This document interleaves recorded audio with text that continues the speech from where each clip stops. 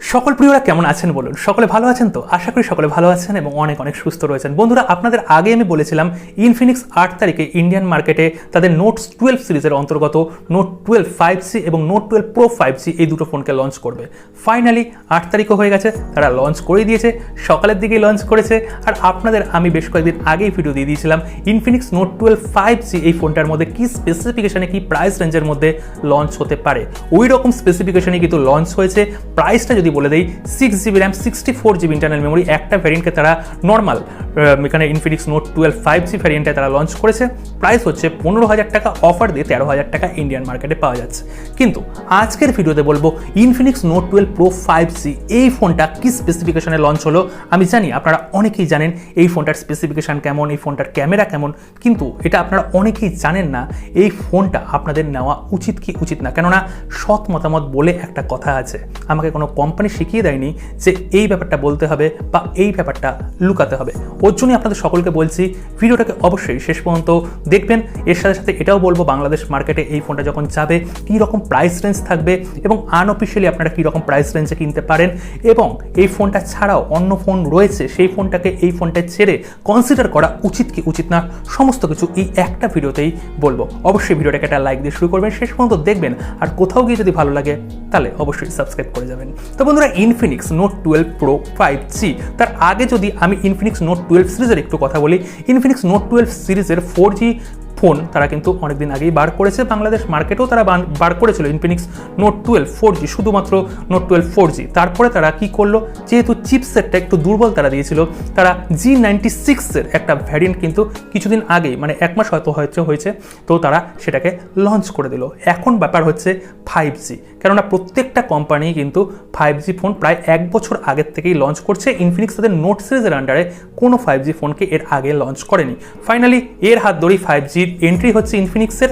আর এখানে এটা আমি প্রো ভ্যারিয়েন্টের কথা বলছি। কিন্তু এই ফোনটার যদি প্রথমে ডিসপ্লে সেকশনের কথা বলি, ইনফিনিক্স যেটার জন্য সবচেয়ে বেশি খ্যাতি পেয়েছে, মানে বড় টাইপের তারা ডিসপ্লে দেবে, 6.7 ইঞ্চির একটা ডিসপ্লে দিচ্ছে, FHD প্লাস সুপার অ্যামোলেডের প্যানেল তারা দিচ্ছে, কোনো রিফ্রেশ রেট দিচ্ছে না, কোনো পাঞ্চ হোলের এখানে ব্যবহার তারা করেনি। 2022-এ জুন জুলাই মাসে, মানে মিডিলে চলে এসেছি, এখানে এসেও তারা ওয়াটার ড্রপ নচের ডিসপ্লে দিচ্ছে। আমি পরে বলবো এই ব্যাপারগুলো ঠিক করেছে না ভুল করেছে। যদি ক্যামেরা সেকশনের কথা বলি, আমরা ব্যাক সেকশনে তিনটে ক্যামেরা পাচ্ছি। মেন ক্যামেরা হচ্ছে 108 এমপির মেন ক্যামেরা, এছাড়াও 2 মেগাপিক্সেলের ডেপথ সেন্সার এবং একটা VGA ক্যামেরা। ফ্রন্টে আমরা এখানে ওয়াটার ড্রপ নচের মধ্যে পাচ্ছি 16 এমপির একটা সেলফি ক্যামেরা। ব্যাটারি সেকশনে পাচ্ছি 5000 mAh এর ব্যাটারি, ইনবক্স 33 ওয়াটের চার্জার।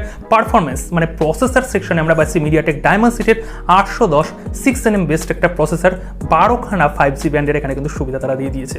যদি সফটওয়্যারের কথা বলি, অ্যান্ড্রয়েড 12 ইনবক্স পাচ্ছি, ইনফিনিক্সের XOS এর 10.6 এর সাপোর্ট আমরা ইনবক্সে পেয়ে যাচ্ছি। হয়তো মেরে কেটে আপনারা একটা আপডেট পেয়ে যাবেন, মানে অ্যান্ড্রয়েড 13 এর আপডেটটা ডেফিনেটলি পাবেন। এই ফোনটার যদি আমি সফটওয়্যারের ব্যাপারের কথা বলি, এখানে সমস্ত রকমেরই সেন্সার থাকছে। আর এছাড়াও এই ফোনটার যদি বিল্ড কোয়ালিটির কথা বলি, এখানে পলিকার্বনেটের বিল্ড কোয়ালিটি পাচ্ছি এবং ঠিকঠাকই একটা বিল্ড কোয়ালিটি পাচ্ছি। এখানে ম্যাট টাইপের ফিনিশ দেওয়া হয়েছে, কোনো গ্লোসি ব্যাপার নেই, মানে ফিঙ্গারপ্রিন্ট পড়বে। এবং ইনবক্স এখানে কভারও তারা দিয়ে দিয়েছে, চার্জারটাকেও দিয়ে দিয়েছে। আর এখানে দুটো সিম কার্ড, একটা মেমোরি কার্ড লাগানোর জায়গা রয়েছে, Type-C কানেক্টিভিটি রয়েছে, ডুয়েল স্টিরিও স্পিকার রয়েছে, 3.5mm অডিও জ্যাকেরও কিন্তু সাপোর্ট রয়েছে। একটা ভ্যারিয়েন্টকে তারা লঞ্চ করেছে 8GB র্যাম আর 128GB ইন্টারনাল মেমোরি টাইপ এখানে ইউজ করা হয়েছে UFS 2.2, আর এখানে র্যাম টাইপ ইউজ করা হয়েছে LPDDR4X। প্রাইস রাখা হয়েছে ইন্ডিয়ান কারেন্সিতে 17,999 টাকা, মানে 18,000 টাকা। এবং ব্যাংকিং অফার প্রত্যেকটা কোম্পানি এখন দিচ্ছে, বিভিন্ন রকমের ব্যাংকের ছাড়, প্রথম সেলে, দ্বিতীয় সেলে, তৃতীয় সেল, এইরকম কিন্তু চলে যাচ্ছে। তো এটার প্রাইস হচ্ছে 15,500 টাকা, মানে প্রথমে যদি আপনারা কেনেন 15,500 আপনারা 8GB ভ্যারিয়েন্টটাকে কিনতে পারবেন। এবার ব্যাপার হচ্ছে এই ফোনটা কেনা উচিত কি উচিত না, এবং বাংলাদেশে এই ফোনটার প্রাইস কেমন হবে। প্রথমেই যদি বলে দিই, বাংলাদেশ মার্কেটে যখন এই ফোনটা অফিসিয়ালি তারা লঞ্চ করবে, এই ফোনটার প্রাইস কিন্তু 20,000 টাকার মধ্যে আশা করি থাকবে। যদি 20,000 নাও হয়, এই ফোনটার প্রাইস এই 23,000 টাকা চলে যাবে। আমার মনে হচ্ছে না 20,000 টাকার মধ্যে তারা লঞ্চ করবে, কেননা ইন্ডিয়াতে তারা যে এই যে 17,000 টাকা 18,000 টাকা এরকম প্রাইসের যারা লঞ্চ করছে, বাংলাদেশ মার্কেটে এটা কিন্তু 23,000 টাকা পর্যন্ত চলে যাবে, মানে ওভার 20,000 চলে যাবে। এবার যদি 20,000 টাকা বাংলাদেশ মার্কেটে আমরা দেখি এবং ইন্ডিয়ান মার্কেটে যদি 18,000 টাকার গল্পে যাই, এখানে পোকো X4 Pro, হ্যাঁ এই ফোনটা কিন্তু আপনারা পেয়ে যাচ্ছেন আনঅফিশিয়ালি, অনেকে বাংলাদেশে পেয়ে যাচ্ছে, অনেকে কিনেও নিয়েছে। এই ফোনটার মধ্যে সুপার অ্যামোলেডের প্যানেল রয়েছে এবং 120 হার্জ রিফ্রেশ রেটের সাপোর্ট রয়েছে, আর কোনো এখানে ওয়াটার ড্রপ নচ নেই। এখানে পাঞ্চ হোল থাকছে, তাও আবার ছোট একটা পাঞ্চ হোল থাকছে, মানে ডিসপ্লে সেকশনে এখানে কিন্তু ক্লিয়ার উইনার হয়ে যাচ্ছে পোকো। এছাড়াও এখানে রেডমি নোট 11 প্রো ফোনগুলো রয়েছে, এটার প্রাইস একটুখানি হাই। আমি যদি পোকোর আন্ডারে চলে যাই তাহলে এখানে মিনিমাম কিন্তু পাঞ্চ হোলের অপশানটা দেওয়া উচিত ছিল। সুপার অ্যামোলেড প্যানেল দিয়েছে, ঠিকঠাক আছে, রিফ্রেশ রেটও দেয়নি, ঠিকঠাক আছে, মেনে নিচ্ছি ইনফিনিক্স অনেকটাই বেটার কাজ করছে আগের তুলনায়, কিন্তু এখানে পাঞ্চ হোলটা দেওয়া উচিত ছিল। আমার ডিসপ্লে সেকশনে এটা কম মনে হয়েছে। আর যদি এখানে 90 হার্জের রিফ্রেশ রেট দিয়ে দিচ্ছ অ্যামোলেডের সাথে, তাহলে অনেকটাই তারা এখানে পোকো বা রেডমি বা রিয়েলমির কাছাকাছি চলে যেত। কেননা এই মুহূর্তে ইনফিনিক্স, আমি বারবার করে বলে এসেছি, তারা রেডমিকে, পোকোকে, রিয়েলমিকে ভালো মতন টক্কর দিচ্ছে। আগে কিন্তু টক্কর তারা দিতে পারতো না, এখন তারা টক্কর দিচ্ছে, কম্পিটিশন আসছে, এটাই অনেক বড় জিনিস। কিন্তু এখানে পাঞ্চ হোল দেওয়া উচিত ছিল ডিসপ্লে সেকশনে। প্রসেসর সেকশনে আমি কোনো কথা বলবো না, এখানে ঠিকঠাক ব্যালেন্স একটা প্রসেসর দিয়েছে এই প্রাইস রেঞ্জের মধ্যে।